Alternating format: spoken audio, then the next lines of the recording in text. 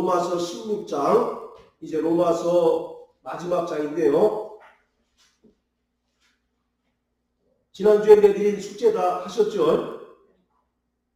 숙제 아시죠? 네. 모르시는 분들은 방과 후에라도 꼭 오늘 2번은 읽고 돌아가시기를 바랍니다. 하나님은 삼위일체이십니다. 또한 이것을 믿는 것이 우리의 믿음입니다. 삼위일체란 하나님께서 세 본체이시면서 하나의 본질이심을 의미하는 것입니다.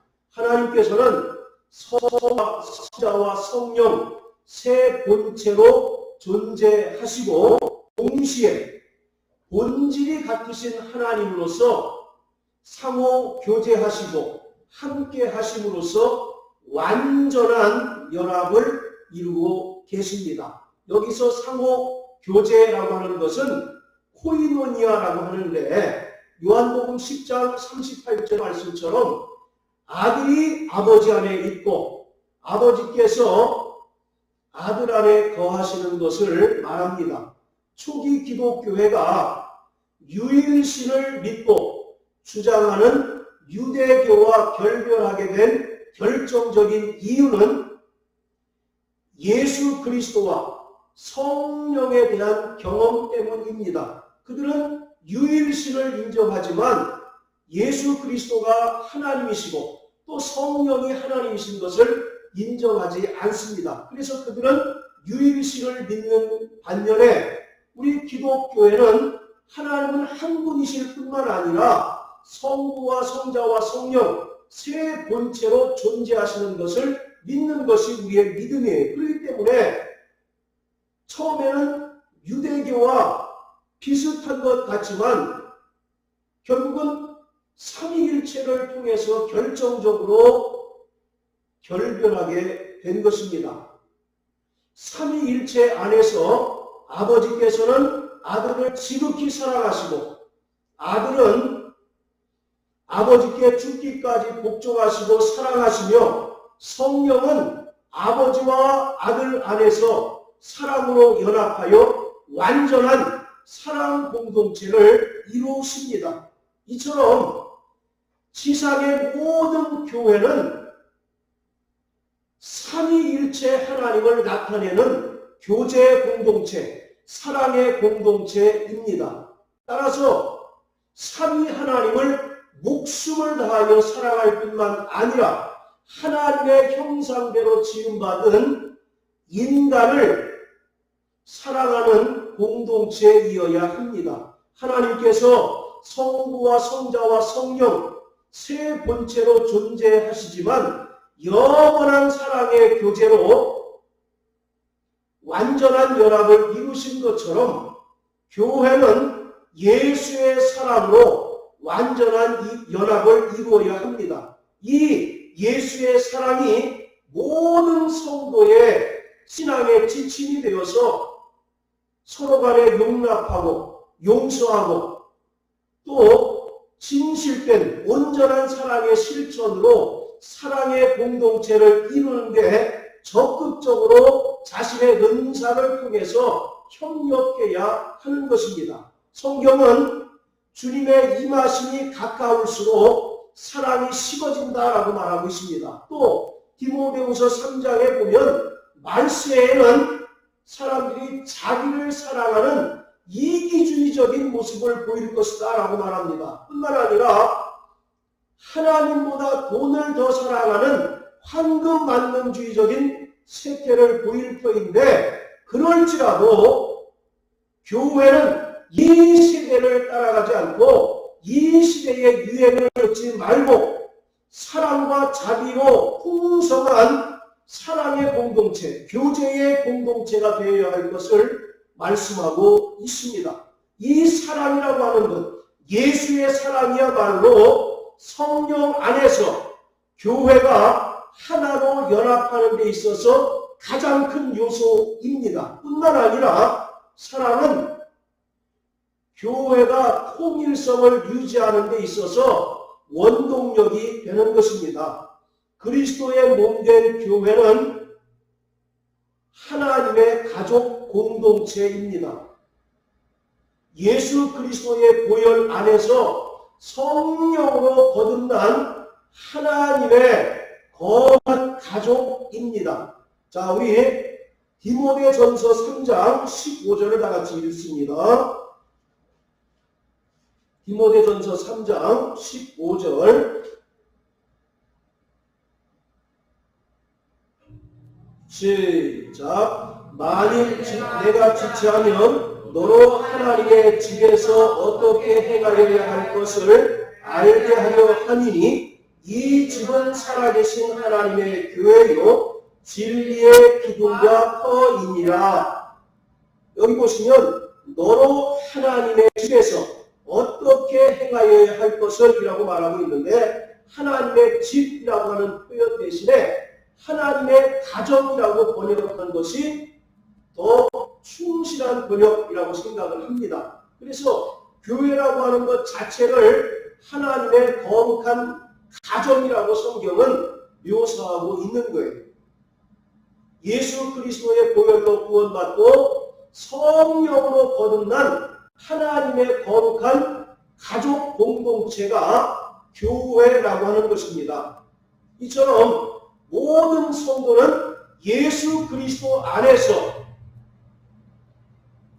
거룩한 가족 공동체가 되었기 때문에 마땅히 가족으로서 서로 친밀한 교제와 사랑을 나누어야 하는 것입니다. 하나님께서 성부와 성자와 성령 세 본체로 존재하시지만 한 가족처럼 완벽한 사랑 공동체를 이뤘던 것처럼 모든 성도는 예수 그리스도 안에서 신령한 가족, 거룩한 가족임을 기억하고 이것을 온전히 믿는 자가 되어야 하는 것입니다. 따라서 모든 성도는 혈연 이상으로, 우리 육신의 가족 이상으로 서로를 사랑하고 섬기고 서로의 허물을 덮어주고 서로의 짐을 짊어질 뿐만 아니라 서로 협력하고 돕는 사랑의 공동체, 또 교제의 공동체를 온전히 이루어야 하는 그 사명이 우리에게 있는 것입니다. 오직 십자가에서 온전히 희생을 치르신 예수 그리스도의 사랑을 본받아 교회 안에 연약한 지체들을 돕고 사랑하는 것이 오늘 우리 모든 성도들에게 주어진 사명이며, 그럴 때 주님의 몸된 교회가 삼위일체 하나님을 본받은 사랑의 공동체, 온전한 교제의 공동체가 될 수가 있는 것입니다. 그러므로 모든 성도는 성령의 열매를 맺어야 합니다. 바로 교회 안에서 서로 연합하는 것은 과거 우리가 예수 믿기 전, 성령으로 거듭나기 전 자연인인 정인철의 성품, 자연인의 성품으로는 서로 연합할 수 없습니다. 그렇기 때문에 성령의 열매가 우리를 통해서 맺어져야 하고, 성령의 열매를 통해서 예수 그리스도의 형상을 이루고 하나님의 성품을 나타낼 때 비로소 교회가 사랑의 공동체가 될 수 있고, 삼위일체 하나님께서 상호 교제하시고 함께 하셔서 완전한 연합을 이루셨던 것처럼 교회가 비로소 예수의 사랑으로 완전한 연합을 이루게 되는 것입니다. 자, 우리 다시 로마서 16장으로 돌아가서요. 이 로마서 16장은 바울이 로마 교회 성도들에게 하는 문안 인사입니다. 그런데 단순한 문안 인사가 아니라 로마 교회의 모습을 통해서 바울이 꿈꾸는 교회, 즉 성경적인 모델이 되는 교회는 어떠한 교회이어야 하는가를 우리에게 분명히 각인시켜주고 있다라고 하는 것에서 대단히 중요합니다. 그래서 단순히 하나의 그냥 문안인사 이런 차원이 아니라 문안인사를 통해서 교회 공동체가 지향해야 하는 완전한 교회, 주님께서 진정으로 기뻐하시는 교회가 과연 어떠한 모습을 띄어야 하는지를 이 16장을 통해서 바울은 말하고 있습니다. 바울은 이 두 가지로 이제 말하고 있는데 그 첫 번째는 뭐냐면 교회는 인종이나 사회적 신분 그리고 남성, 여성 하는 성별의 구분 없이 예수의 사랑으로 연합하는 아름다운 사랑의 공동체가 되어야 한다라고 말하고 있습니다. 이 로마서 16장에는요. 로마 교회 성도들이 28명이 언급되어 있습니다. 그 중에서 26명은 실명이 분명히 기록되어 있고 2명은 12절과 15절에 보면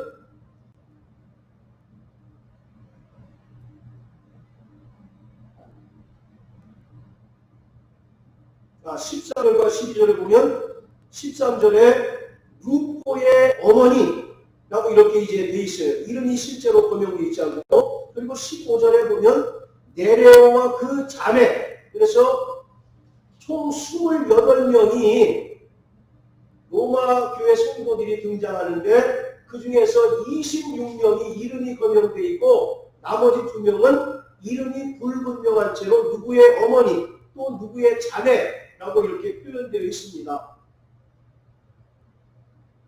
이름이 이렇게 분명히 거명되어 있다라고 하는 것은 그 각 사람의 출신 배경이나 성별을 분명히 알게 하고자 하는 그런 의도가 담겨져 있어요. 이 총 28명은요. 여러 다양한 지역 출신들인 것을 우리가 알 수가 있습니다. 당시에 이 로마라고 하는 도시가 오늘날의 미국의 뉴욕 도시처럼 세계적인 국제 도시 아니겠습니까? 그래서 여러 지역 사람들이 모였는데 그 중에서 전도를 받아서 예수를 믿은 자들이 모인 곳이 바로 로마 교회입니다. 그래서 이 로마 교회 또한 여러 다양한 지역 출신들이 모여 있는 거예요. 그래서 그 이름들을 통해서 어떤 사람들은 유대식 이름으로 기록되어 있는 사람이 있고 또 어떤 사람들은 헬라식으로 이름이 기록되어 있는 사람이 있고 또 어떤 사람들은 로마 라틴어로 이름이 기록되어 있는 사람들이 있습니다. 그래서 이것을 통해서도 로마 교회가 지역적으로 상당히 폭넓은 그런 인적 구성을 가지고 있다라고 하는 것을 알 수가 있는 것이죠. 자, 참고로 여러분들 바울의 본래 이름이 뭡니까? 바울의 본래 이름이 사울이죠. 그렇게 알고 계시죠? 바울의 본래 이름은 바울이에요. 근데 사도행전 9장에 보면 사울이라고 되어 있죠. 사울은 유대식 이름이고 바울은 로마식, 헬라식 이름입니다. 여러분들 성경에 보면 그 마가 아시죠? 마가의 다락방 할 때 그 마가. 본래 이름이 뭡니까? 마가 요한이에요. 마가라고 하는 것은 로마식 이름이고 요한은 유대식 이름이에요. 사람들은 바울이 다메섹 도상에서 예수를 만나서 회심한 다음에 사울에서 바울로 개명했다라고 이렇게 얘기하는데 그것은 엄밀히 얘기하면 맞지 않습니다. 사울과 바울 둘 다 한 사람의 이름인데 이 사울이라고 하는 것은 히브리식 이름이고 바울은 로마식 이름인 것이죠. 그런데 사도행전 13장부터는 사울이라고 하는 이름이 등장하고 바울이라는 이름이 이제 등장합니다. 왜 그러겠어요? 그가 이방 선교에 힘쓰다 보니까 이방인들 입장에는 유대식 이름은 왠지 낯선 이름이에요. 그래서 그때부터 바울이라고 하는 이름을 쓰는 겁니다. 제가 예전에 필리핀에 종종 이제 갔었는데 필리핀 사람들은 정인철이라고 하는 이름을 굉장히 어렵게 느껴져요. 그래서 패스터 이렇게 부르더라고요. 그래서 제가 이제 다른 사람들도 다 그렇게 이제 이름을 붙이는 것처럼 피터 정이라고 불러라 이렇게 이제 합니다. 그래서 필리핀에서는 정인철이라고 불리지 않고 피터 정 이렇게 이제 부릅니다. 자, 이와 같이 바울의 이름이 개명된 것이 아니라 사울, 바울 둘 다 본인의 이름이었고 이 바울로 표기하는 것은 이방인들에게 훨씬 더 친숙한 이름이기 때문에 그렇습니다. 바울이라고 하는 이름의 뜻은 작은 자 그런 뜻이에요. 그럼 사울은 무슨 뜻이겠어요? 사울. 네, 큰 자라고 생각하기 쉽죠. 그래서 네, 바울이 회심한 후에 그가 겸손해져서 바울이라고 작은 자라고 하는 이름의 뜻인 바울로 개명했다라고 얘기하는데 전혀 그것은 근거가 없습니다. 사울이라고 하는 뜻은 간구하다라고 하는 그런 뜻이 있어요. 자, 어쨌든 간에 16장에 등장하는 28명의 그 이름들을 통해서 이 로마 교회가 여러 다양한 지역 출신으로 구성되어 있다라고 하는 것을 우리가 분명히 알 수가 있습니다. 서로 지역이 출신이 다르다 보면 갈등이 생기겠습니까? 안 생기겠습니까? 생길 수밖에 없겠죠. 예를 들어서 영호남 이렇게 붙여놔 보세요. 그거 상당히 갈등이 심한 것처럼 이 로마 교회는 여러 지역에서 온 사람들로 구성되어 있어요. 더더군다나 이 이름이 기록된 26명 중에 무려 11명은 그 신분이 노예이거나 조상이 노예인 자손들이 있습니다. 거기 보시면 12절, 14절에 보면 드루베나, 드루보사, 그리고 14절에 아순그리도, 블레곤, 허메 뭐 이런 사람들이 그 당시에 노예였거나 그 조상이 노예였다라고 하는 것을 이제 알려주고 있다는 겁니다. 우리나라도 여러분들 옛날에 그 각 집마다 머슴이 있었잖아요. 머슴을 부를 때 우리와 똑같은 이름 안 붙이지 않습니까? 보통 좀 천한 이름 붙이잖아요. 마당쇠. 여러분들 마당쇠가 무슨 뜻인지 아십니까? 마당에 있는 소예요. 마당에 있는 소. 그것처럼 머슴을 사람 취급 안 하고 물건 취급하는 거예요. 그것처럼 지금 말씀드린 그 이름은 그 당시에 노예들에게 일반적으로 붙였던 그런 명칭이라는 겁니다. 그러니까 로마 교회는 여러 다양한 지역 출신들이 모였고 그 중에는 상당히 높은 수준의 사람도 있었을 뿐만 아니라 상대적으로 노예나 또는 노예의 후손들도 있었다라고 하는 것이죠.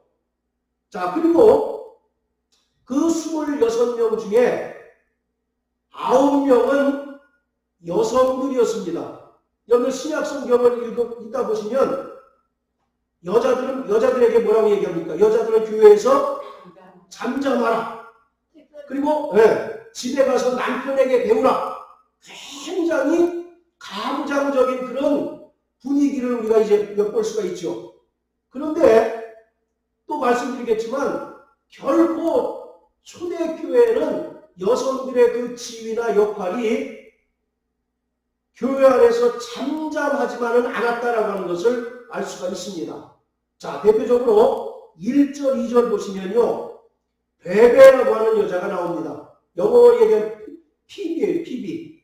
제가 중학교 때 유명한 미국의 이 여자 배우가 피비 케이시라는 사람이 있었는데 그 피비입니다, 피비. 자, 그런데 바울이 이 피비를 어떻게 설명하느냐 하면 내가 겐그레아 교회의 일꾼으로 있는 우리 자매 베베 이렇게 얘기합니다. 자, 거기 보시면 일꾼이라고 하는 말에 밑에 보시면 반쪽 해석이 나오죠. 뭐라고 있습니까? 집사라고 있잖아요. 근데 이게 제 생각에는 번역이 조금 잘못됐다기보다는 조금 빈약한 번역이다. 지금 집사를 해놓으면 우리가 일반적으로 지금 생각하는 집사들, 이름도 없이 빛도 없이 섬기고 봉사하는 그런 이제 직분을 연상하기 쉬운데 여기서 이야기하는 일꾼이라고 하는 말은 자, 우리 요한 형제 데살로니가전서 3장 2절을 한번 읽어주세요. 나머지 분은 다 듣기만 하십시오. 데살로니가전서 3장 2절. 우리 형제 곧 그리스도 복음의 하나님의 일꾼인 디모데를 보내노니. 됐습니다. 거기 뭐라고 계십니까? 디모데를 향해서 하나님의 일꾼이라고 얘기하잖아요. 이 16장 1절에 일꾼이라고 하는 말과 동일한 헬라어를 썼어요. 그러니까 이 목사도 섬기는 자고 또 영적 지도자도 모두 다 섬기는 직분입니다. 그렇기 때문에 16장 1절에서 교회의 일꾼이라고 하는 말은 베베라고 하는 그 여자가 겐그레 지역에서 자기의 집을 교회에 내놓았습니다. 그래서 이 베베의 집을 교회처럼 지금 사용하고 있는 거예요. 그러니까 이 베베라고 하는 여자는 겐그레아 교회에서 말씀을 전파하고 또 성경을 가르치는 지금으로 따지면 거의 목사와 같은 그런 영적인 지도자급을 이야기하고 있는 거예요. 자, 그리고 또 2절을 보세요. 2절에 보면 뭐라고 되어 있습니까? 그 베베라고 하는 여자는 나의 보호자다 이렇게 표현하고 있습니다. 보호자라고 하는 말은 바울이 수년 동안 선교 여행을 다니는 동안에 물심양면으로 도와줬던 후원자다라고 하는 그런 의미가 있는 거예요. 여러분들이 로마서는 누가 썼습니까? 바울이 썼다고 생각하죠. 엄격히 이야기하면 바울은 말을 했고 더디오라고 하는 사람이 말을 받아서 기록한 거예요. 자, 한번 16장 자 22절 한번 보세요. 16장 22절. 이 편지를 대서하는 나 더디오도 이렇게 있잖아요. 더디오라고 하는 사람이 바울의 말을 받아서 적은 것입니다. 그런데 바울의 말을 더디게 적어가지고 이름이 더디오라고 아제리입니다. 자, 이와 같이 바울은 말을 했고 더디오가 바울의 말을 이제 기록했고요. 이 편지를 실질적으로 로마 교회에 전달한 사람은 바로 베베입니다. 베베. 그래서 1절에 보면 베베를 너희에게 천거하노니 이렇게 돼 있잖아요. 이 천거가 지난번에도 말씀드렸던 추천장입니다. 추천장. 그러니까 바울이 이제 그 말을 하고 더디오가 바울의 말을 기록해서 편지를 작성합니다. 그리고 그 편지를 베베에게 추천서를 줘서 로마에 가서 전달하게 한 것이에요. 그러니까 이 베베라고 하는 여자는 우리가 지금 생각하는 이름도 없이 빛도 없이 뒤에서 섬기고 봉사하는 어떤 집사의 직분이라기보다는 겐그레아 교회의 영적인 지도자이고 또 사도 바울의 선교 여행에서 상당한 영향력을 행사하고 도움을 줬던 그런 이제 여자다라고 하는 것을 알 수가 있습니다. 자, 그리고 또 보시면 브리스가와 아굴라가 나옵니다. 3절에. 본래는 브리스길라와 아굴라인데 브리스가는 애칭이랍니다. 애칭. 브리스길라와 아굴라. 자, 이 두 명 중에 누가 남편이고 누가 아내겠습니까? 통상적으로 앞에 나온 사람을 남편이라고 생각하기 쉽죠. 근데 그 정반대입니다. 브리스가가 아내고 아굴라는 남편이에요. 아굴라는 유대인이었었고 이 브리스가는 당시에 로마의 귀족이었습니다. 뿐만 아니라 아내의 이름을 앞에 적을 정도로 바울에게 있어서 가장 큰 도움을 줬던 사람이 바로 브리스가와 아굴라입니다. 자, 우리 한번 사도행전 18장 한번 보세요.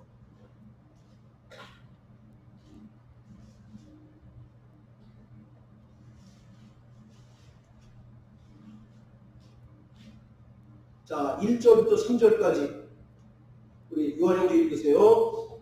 이후에 바울이 아레를 떠나 고린도에 이르러 아고라나 하는 본도에서 난 유대인 하나를 만나니 글라우디오가 모든 유대인을 명하여 로마에서 떠나라 함으로 그가 그 안에 브리스길라와 함께 이달리아로부터 세운지라. 바울이 그들에게 가매 업이 같음으로 함께 거하여 일을 하더니 그 업은 장막을 만들 것이라. 예. 자, 사도행전 17장에서 사도 바울이 그리스 아테네에 가서 복음을 전합니다. 근데 여러분들 잘 아시는 것처럼 그리스 아테네 그러면 뭐가 발달했습니까? 신화가 발달했죠. 그리고 철학이 발달했어요. 그래서 아테네 가서 복음을 전했는데 많은 결실을 맺지 못합니다. 거기서 철학자들과 논쟁을 주로 많이 했던 것을 알 수가 있어요. 자, 그래서 사도 바울이 아시지만 그 발걸음을 아테네에서 고린도 지역으로 옮깁니다. 그런데 고린도 지역에서 처음 만난 사람이 누구냐면 브리스길라와 아굴라였어요. 그리고 이들의 도움을 받아서 고린도 교회를 세우게 됩니다. 자, 그리고 사도행전 18장 자, 24절부터 26절까지 또 요한형제 읽어보세요.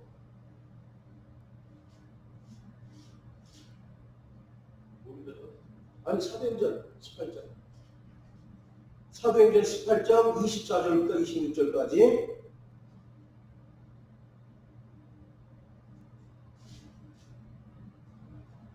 알렉산드리아에서 난 아폴로라 하는 유대인이 에베소에 이르니 이 사람은 학문이 많고 성경에 능한 사람. 그가 일찍 주의 도를 배워 열심으로 예수에 관한 것을 자세히 말하며 많으시나 요한의 친애와 알 따름이라. 그가 회당에서 담대히 말하기를 시작하거든 브리스길라와 아굴라가 죽고 베르나가 하나님의 도를 더 자세히 풀어 이르더라. 예. 자, 아볼로가 학문이 많고 성경에 능통한 자라고 설명해요.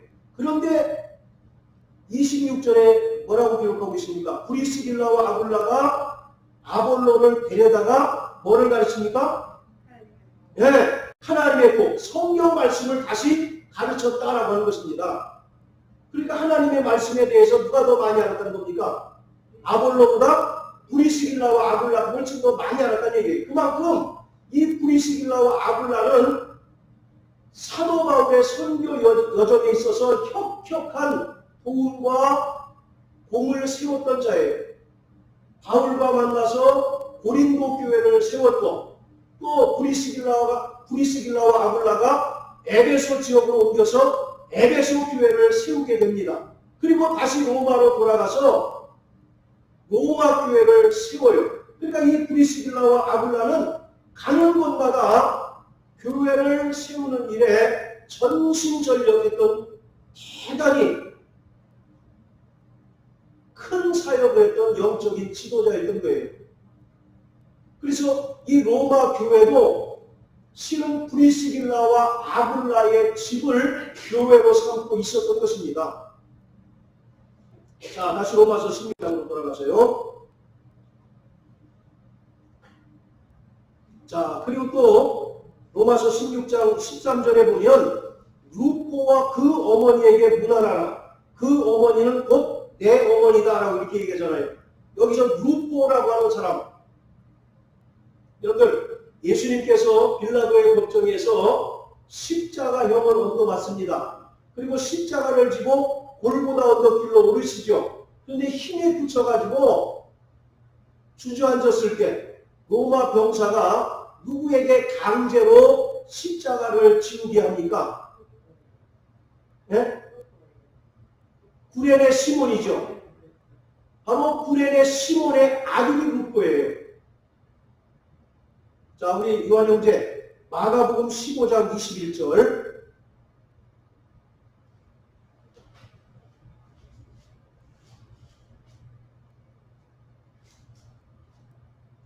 마침내 알렉산더와 루포의 아들인 구레네 사람 시몬이 시골로 와서 지나가는데 예, 그렇습니다. 구레네 시몬에게 두 아들이 있죠. 알렉산더와 루포라고 하는 아들이 있어요. 그 루포가 로마서 16장에 나오는 루포입니다. 그러니까 루포의 어머니, 그러니까 이 어머니는 당연히 구레네 시몬의 부인이 되는 거 아니겠습니까? 이처럼 구레네 시몬이 예수님의 십자가를 지고 골고다 언덕길로 오른 것은 결코 우연이 아니었다는 거죠. 그가 억지로 십자가를 맸지만 그가 예수를 만난 거 아니겠습니까? 그리고 그 가족들에게 가서 예수에 대해서 상세하게 설명했을 거 아니에요. 그 영향인지는 몰라도 구체적으로 성경에 거론되어 있지 않기 때문에 그 중간 과정은 잘 모르지만 바로 이 구레네 시몬의 아들 그리고 그 부인이 훌륭한 그리스도인이 되어서 사도 바울의 선교팀의 일원으로 활약하게 되었다라고 하는 것입니다. 자, 이것만 보더라도 당시의 초대교회 때의 그 여인들은 그냥 뒤로 물러가 그냥 쥐 죽은 듯이 조용히 앉아있는, 그래서 그냥 자릿수만 채우는 그러한 존재가 아니라 각자의 그 은사를 따라서 하나님을 섬기고 또 교회를 섬겼다는 것을 우리가 분명히 알 수가 있는 거예요. 자, 이와 같이 교회라고 하는 것은 지역과 출신 성분과 남성 여성하는 신분의 구분이 없다라고 하는 것입니다. 사도행전 2장에 보면 성령이 남종과 여종에게 부어진다라고 말씀하잖아요. 그리고 바로 늙은이는 꿈을 꾸고 젊은이는 환상을 보며 예언한다라고 말한 것처럼 과거 구약 때는 여자는 성전의 안쪽에 들어가지 못했습니다. 그냥 여인의 뜰이 최종적으로 갈 수 있는 그런 장소였어요. 더더군다나 이방인은 성전에 들어가지도 못했어요. 그리고 병든 사람이 성전에 들어갈 수 있습니까? 없습니까?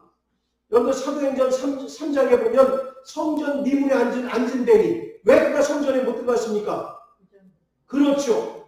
바로 병든 자는 부정한 자라고 하는 그 율법의 규정대로 성전에 들어가지 못했어요. 이와 같이 구약의 율법에 따르면 여성, 이방인, 그리고 병자들은 철저하게 소외된 그러한 자들이었습니다.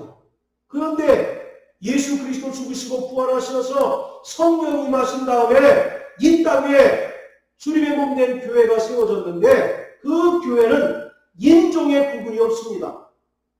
또 출신 성분의 구분이 없고 남성 여성하는 성별의 구분이 없어요. 모두 다 하나님의 가족이고 또 성도로서 자신이 하나님께로부터 받은 바 그 사명을 통해서 충실하게 섬기고 봉사의 직무만 하면 하나님 앞에 다 칭찬받는 그러한 자였다라고 할 겁니다. 여러분들 세상의 많은 모임과 교회가 다른 점이 뭡니까? 가장 크게 다른 점이 뭐예요? 세상에 있는 모임은 심사가 까다롭죠. 자격 조건이 엄청나게 까다롭잖아요. 그래야 뭐예요? 여러분들 회사에 아무나 들어갈 수 있습니까? 서류에서 면접 보고 또 이제 여러 가지 절차를 거쳐서 비로소 회사원이 되지 않습니까? 그러나 교회 아무나 들어오시오. 누구나 들어오시오. 할렐루야. 구약의 성전에 보면 성전문은 항상 개방되어 있습니다. 양의 문으로 누구든지 들어오기만 하면 구원 얻는다라고 하는 것을 상징적으로 설명하고 있잖아요. 바로 오늘 이와 같이 교회 안에 철저하게 이런 구분이 사라져야 된다라고 하는 겁니다. 아, 나는 어디 출신이고 나는 어느 지역 출신이고 그 지역적인 출신으로 해서 갈등하면 주님의 몸된 교회가 온전히 설 수 없다라고 하는 것입니다. 또 그리고 교회 안에서는 귀족과 노예의 신분이 구분이 없고 남성 여성하는 그러한 구분이 절대적으로 없는 것이 교회인 것이에요. 누구나 다 형제요 자매인 것입니다. 히브리서 2장 11절에 보면 거룩하게 하신 자와 거룩함을 입은 자들이 다 하나에서 났기 때문에 뭐라고 부르기를 형제라 부르기를 부끄러워하지 않는다라고 얘기하잖아요. 아니 세상에서 판사하고 노숙자하고 서로 만날 일이 있습니까? 없습니까? 없잖아요. 그렇지만 교회 안에서는 그 모든 세상적인 조건을 다 내려놓고 주 안에서 형제요, 주 안에서 예수의 피를 나눈 자매로 서로 섬기고 사랑하는 온전한 교제 공동체, 사랑의 공동체가 바로 교회라고 하는 것을 사도 바울은 이 로마 교회의 구성원들을 통해서 우리에게 알려주고 있는 것입니다. 서로 사랑하시길 주의 이름으로 축원합니다. 네, 교회에 오실 때는 세상의 모든 외적 조건들을 다 집에 꼭꼭 숨겨두시고 형제 자매인 성도로서 이 교회 안에 들어와서 우리가 서로 섬기고 사랑해야 하는 것입니다. 자, 그리고 로마 교회를 통해서 두 번째 우리가 깨달을 수 있는 것은 그 당시에 교회는 지금처럼 이런 교회 건물, 예배당이 있었던 것이 아니라 철저하게 부유한 사람의 집을 교회로 사용했다라고 하는 것입니다. 그래서 하우스 처치라고 이렇게 얘기해요. 자, 5절 한번 보세요. 5절. 또 저희 교회에게도 이렇게 되어 있습니다. 저의라고 하는 것은 그 위에 나오는 브리스길라와 아굴라를 이야기하는데 다른 번역에 보면 저희 집에 있는 교회에게도 이렇게 번역하고 있습니다. 그러니까 브리스길라와 아굴라의 집이 뭐란 얘기입니까? 교회였다라고 하는 것이죠. 자, 그리고 또 23절 한번 보세요. 나와 온 교회 식주인 가이오도 너희에게 문안하고, 이 말은 가이오라고 하는 사람의 집을 교회로 사용하고 있었다 그런 뜻이다. 그래서 학자들에 의하면 당시에 로마에는 이런 집을 교회로 사용하는 데가 한 5군데 있었다라고 이렇게 얘기해요. 여기 나온 것은 브리스길라와 아굴라 그리고 가이오라고 하는 사람 이제 두 경우만 나오지만 학자들에 의하면 한 5군데 정도 있었을 것이다 라고 이렇게 추측을 합니다. 자, 그리고 또 사도행전 16장 한번 보세요.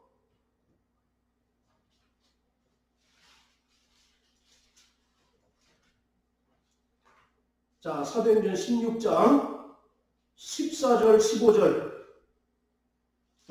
요한형제 요한이라 성의 자주 강사로서 하나님을 공경하는 의리하라 하는 한 여자가 들었는데 주께서 마음을 열어 바울의 말을 청종케 하신지라 저와 그 집이 다 침례를 받고 우리에게 청하여 가로되 만일 나를 주 믿는 자로 알거든 내 집에 들어와 유하라 하고 강권하여 있게 하리라. 예, 자, 자주장사 루디아라고 하는 여자 얘기입니다. 그가 자기의 집에 들어와 유하라 하고 강권했다. 이 말은 루디아라고 하는 여자가 자기 집을 교회로 내어놓았다라는 얘기예요. 그래서 생긴 교회가 바로 빌립보 교회입니다. 빌립보 교회. 빌립보서 아시죠? 그 빌립보 교회예요. 자, 그리고 또 고린도전서 16장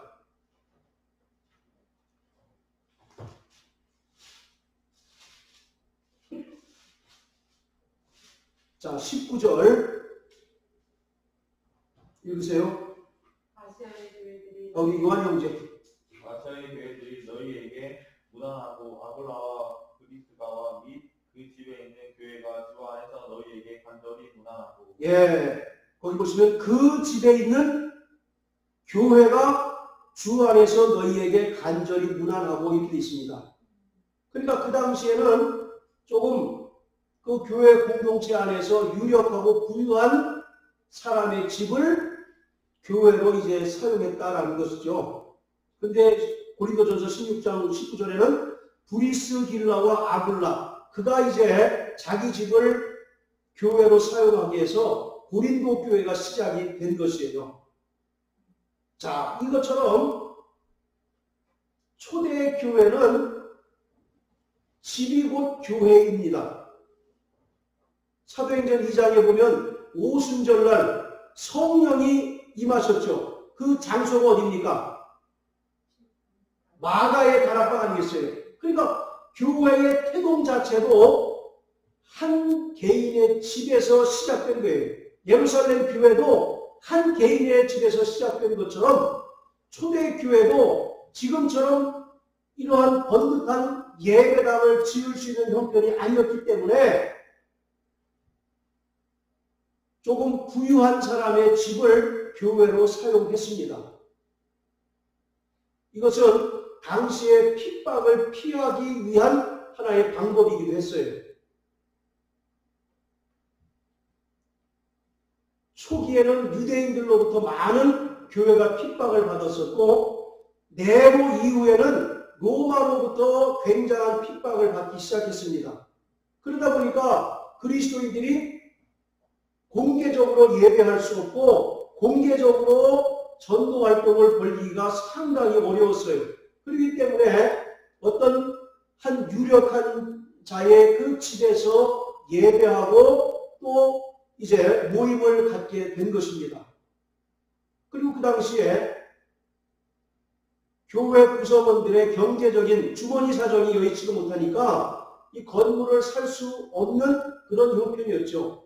그래서 기록에 의하면 하도 핍박이 심하니까 사람들이 어디서 이제 예배를 드렸느냐 하면 무덤에서 예배를 드렸다라고 하는 기록이 있습니다.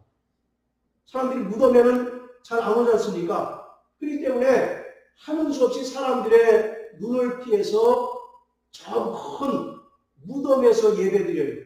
그리고 나서 이제 돌아갈 때 뭐라고 인사합니까? 마라나타 인사하는 거예요. 왜냐하면 언제 다시 볼 줄 모르니까. 만약에 돌아가는 길에 자기가 그리스도인이라고 하는 것이 발각되기만 하면 징역을 살든지 아니면 참수를 당하는 그런 극한의 핍박에서 다시 만날 기약이 없기 때문에 마라나타 주님 다시 오십니다 인사하고 자기 처소로 이제 가게 되는 것이죠. 이것처럼 철저하게 그 당시에는 집이 곧 교회였다.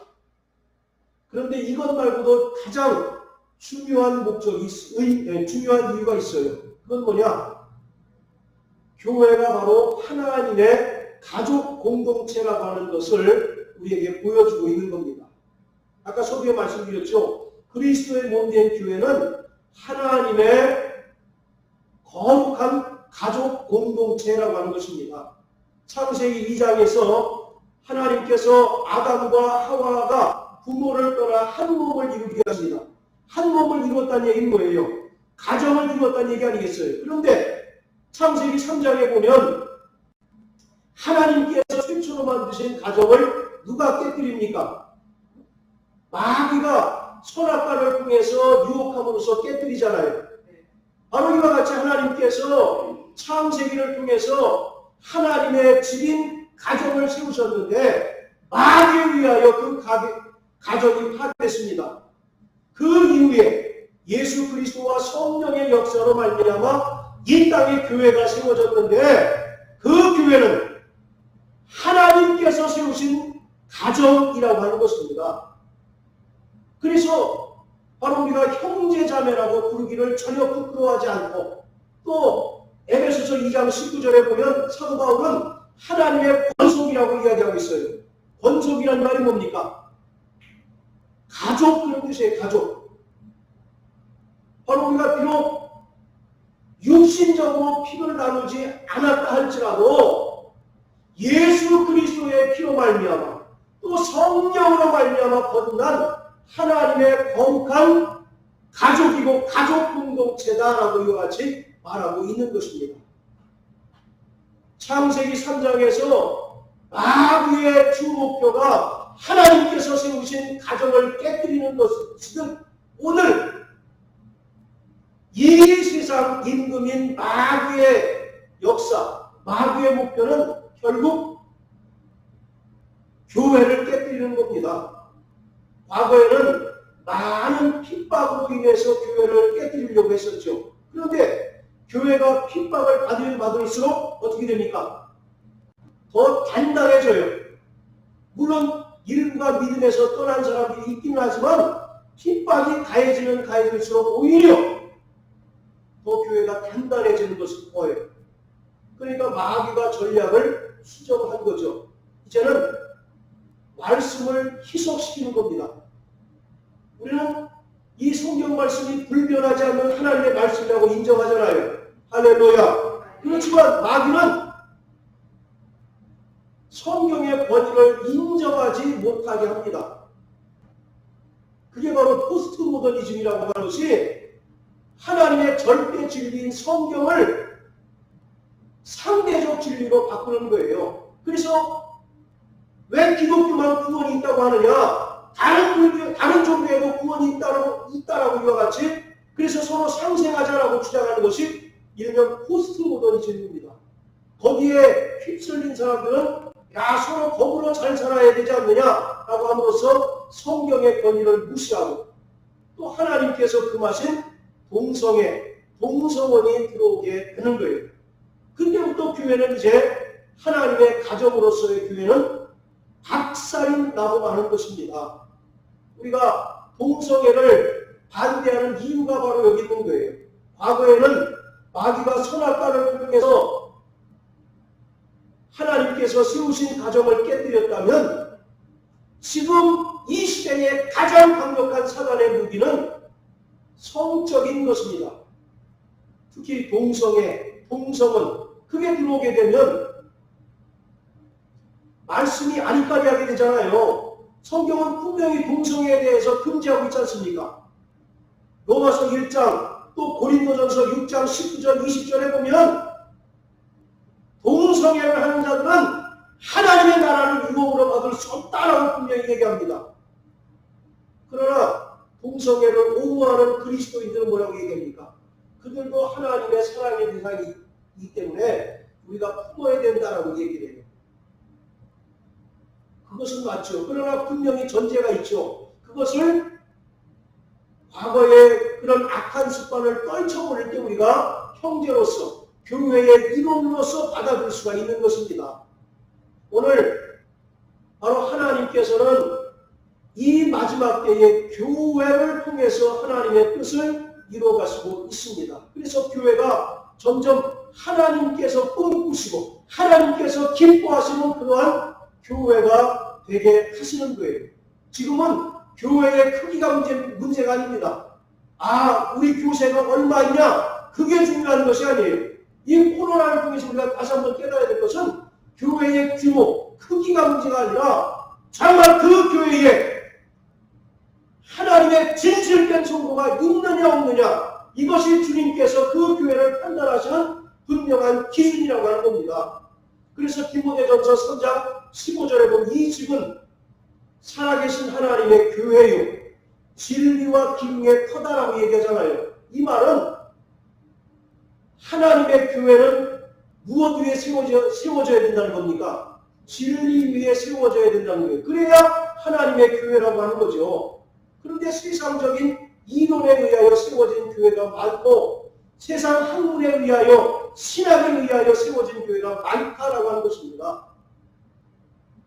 주님을 사랑하시면 아멘 하십시오.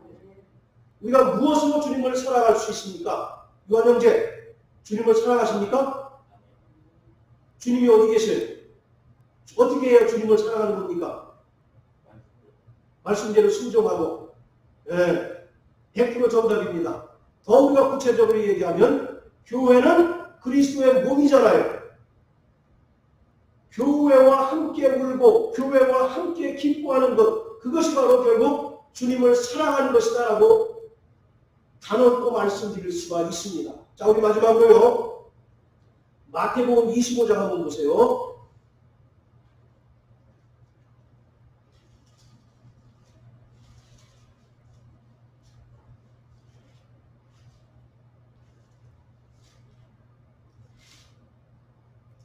자, 우리 김영기 집사님 좀 빨리 한번 읽어주세요. 31절부터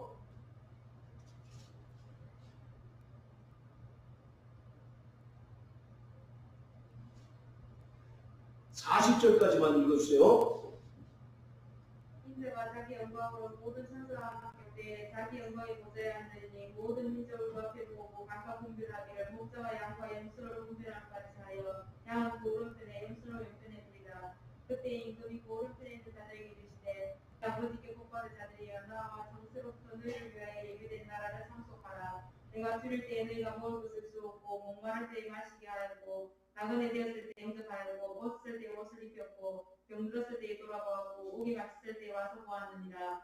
이어 의인들이 대답하여 가로되 주여 우리가 어느 때에 주의 줄이신 것을 보고 공개하였으며 목마르신 것 보고 마시게 하였나이까. 어느 때에 나그네 되신 것을 보고 영접하였으며 벗으신 것을 보고 옷 입혔나이까. 어느 때에 병드신 것이나 옥에 갇히신 것을 보고 가서 배웠나이까 하리니 임금이 대답하여 가로되 내가 진실로 너에게 이르노니 내가 여기 내 형제 중에 지극히 강한 자 하나에게 한 것이 곧 내게 한 것이니라 하시고. 예. 자, 41절부터 46절까지 그 반대의 경우를 설명하고 있는 거죠. 우리가 일명 양과 염소의 비유라고 얘기하잖아요. 자, 그런데 예수님께서 장차 심판 주고 오셔서 이제 심판하시는데 그 심판의 근거가 뭡니까? 심판의 근거가 뭐였어요? 40절에 보면 내 형제 중에 지극히 작은 것 하나에게 한 것, 그게 심판의 기준 아닙니까? 목마른 자에게 물 주었고 병든 자에게 뭐 이런 것 나오지 않습니까? 그게 바로 심판의 근거 아니겠어요? 염소들은 그러한 행위를 안 했다는 거 아니겠습니까? 자, 그러니까 내 형제 중에 지극히 작은 자에게 한 것이 심판의 기준인데, 자, 여기서 중요한 것은 40절에 나오는 내 형제 중에 지극히 작은 자가 과연 누구일까? 한번 생각해 보세요. 분명히 지극히 작은 자에게 한 사람은 칭찬을 받고 하지 않은 염소들에게는 하나님께서 이제 지옥불에 던질 것이다 라고 말씀하고 있잖아요. 그렇습니까? 그렇습니까? 그렇죠. 자, 그렇다면 내 형제 중에 지극히 작은 자가 과연 누구일까? 저 세상 밖에 있는 불특정 다수, 가난하고 헐벗은 노숙자들, 우리가 그들을 예수의 이름으로 도와줘야 된다. 그렇게 주장하는 사람들이 있어요. 자, 저는 그 주장에 동의하지 않습니다. 분명히 보면 지극히 작은 자에게 한 것이 곧 예수에게 한 것이다 라고 얘기하잖아요. 네. 그렇죠? 네. 자, 그래서 저는 지극히 작은 자가 바로 주님의 몸 된 교회다라고 이렇게 말씀드리는 것입니다. 무슨 말씀인지 아시겠죠? 그러니까 우리가 예수의 이름으로 갖고 성령으로 거듭난 하나님의 자녀가 되어서 이 땅에서 그 교회를 그룹하게 삼아서 신앙생활하는데, 신앙생활하는 동안 주님의 몸 된 교회와 동고동락하는 것, 그것이 바로 주님으로부터 상받는 하나의 근거다라고 이렇게 말씀드리는 겁니다. 일반적으로 우리가 당연히 교회가 구제하고 자선을 행해야 되겠죠. 그러나 여기서 얘기하는 지극히 작은 자에게 하는 것은 저는 교회를 본다는 거죠. 그래서 교회가 아파할 때 같이 아파하고, 교회가 정말 영광을 얻을 때 함께 영광을 누리는 그런 삶이 하나님 보시기에 정말 칭찬받는 성도의 삶이다 라고 말씀드리는 것입니다. 교회는 뭐라고 했습니까? 주님의 몸이잖아요. 몸. 주님의 몸을 우리가 등한히 여기면 결국 주님을 사랑하지 않는 자가 되는 것 아니겠습니까? 그래서 오늘 사도 바울도 결국은 믿음으로 의롭게 된 것, 믿음으로 구원받은 자는 이제 그 이후에 교회를 통해서 하나님의 뜻대로 살아야 될 것을 말하고 있는 것이 결국 로마서의 가장 중요한 주제다라고 말씀을 드리는 것입니다.